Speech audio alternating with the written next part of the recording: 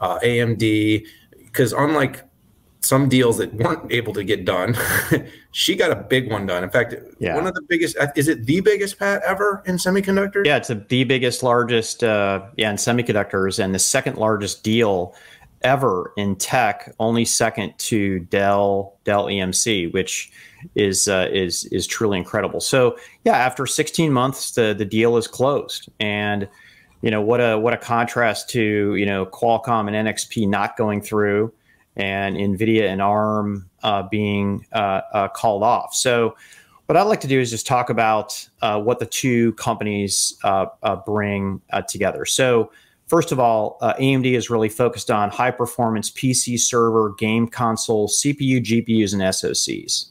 About an $85 billion TAM. Xilinx is focused on embedded markets with FPGAs and very high performance and programmable data center SoCs with an annual TAM of around 50 billion. So combined is about 135 billion TAM. So it adds $50 billion worth of TAM to AMD.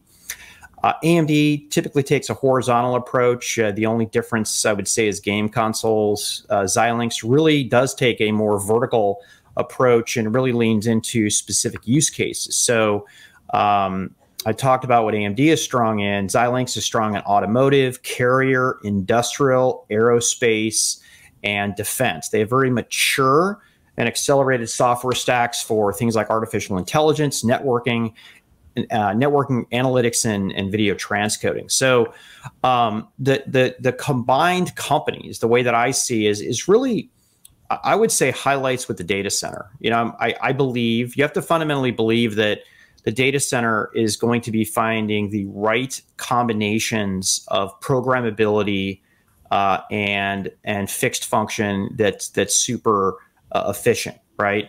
Marvell is actually in this business. They have an ASIC business, and they have businesses that combine elements of programmability and discrete functions. AMD has FPGAs, and they have CPUs and GPUs and fixed function accelerators. So I really believe that's the long term for these folks to really make it accretive.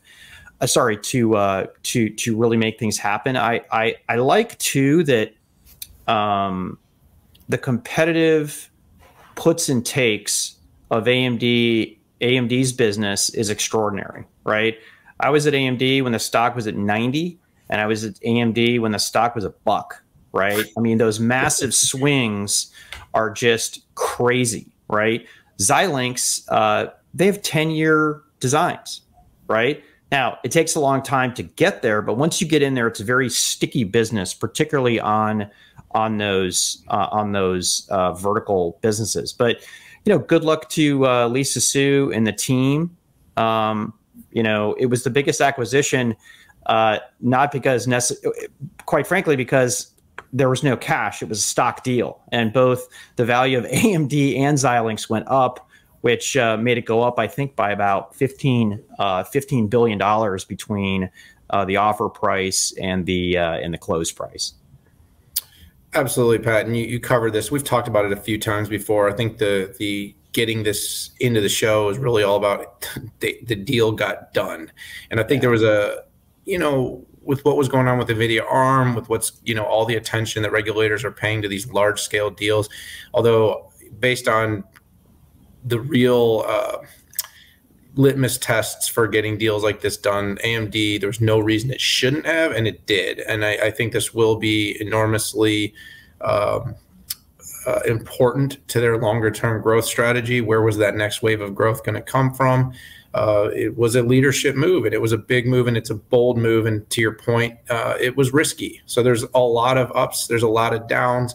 FPGAs are competitive. They've kind of gone in and out of favor at different times. They seem to be coming back into favor in a big way, and we're going to talk more about that in a minute too. When we talk about lattice semiconductor, it augments the product well. It gives them more competitive capabilities in segments that the company is expecting to grow and has grown. So I like it. I like the move. And again, everybody's kind of rooting for Lisa. So it's not a bad time to be Lisa Su or AMD right now. So yeah. Yeah, Daniel, I totally agree. The last statement in my Forbes article was, I said, hey, the tightrope CEO Lisa Su will need to walk is not disrupting Xilinx's market while getting value from it, people and assets for the entire company. Having watched Lisa Su in action the past decade, you have to be a fool to bet against her.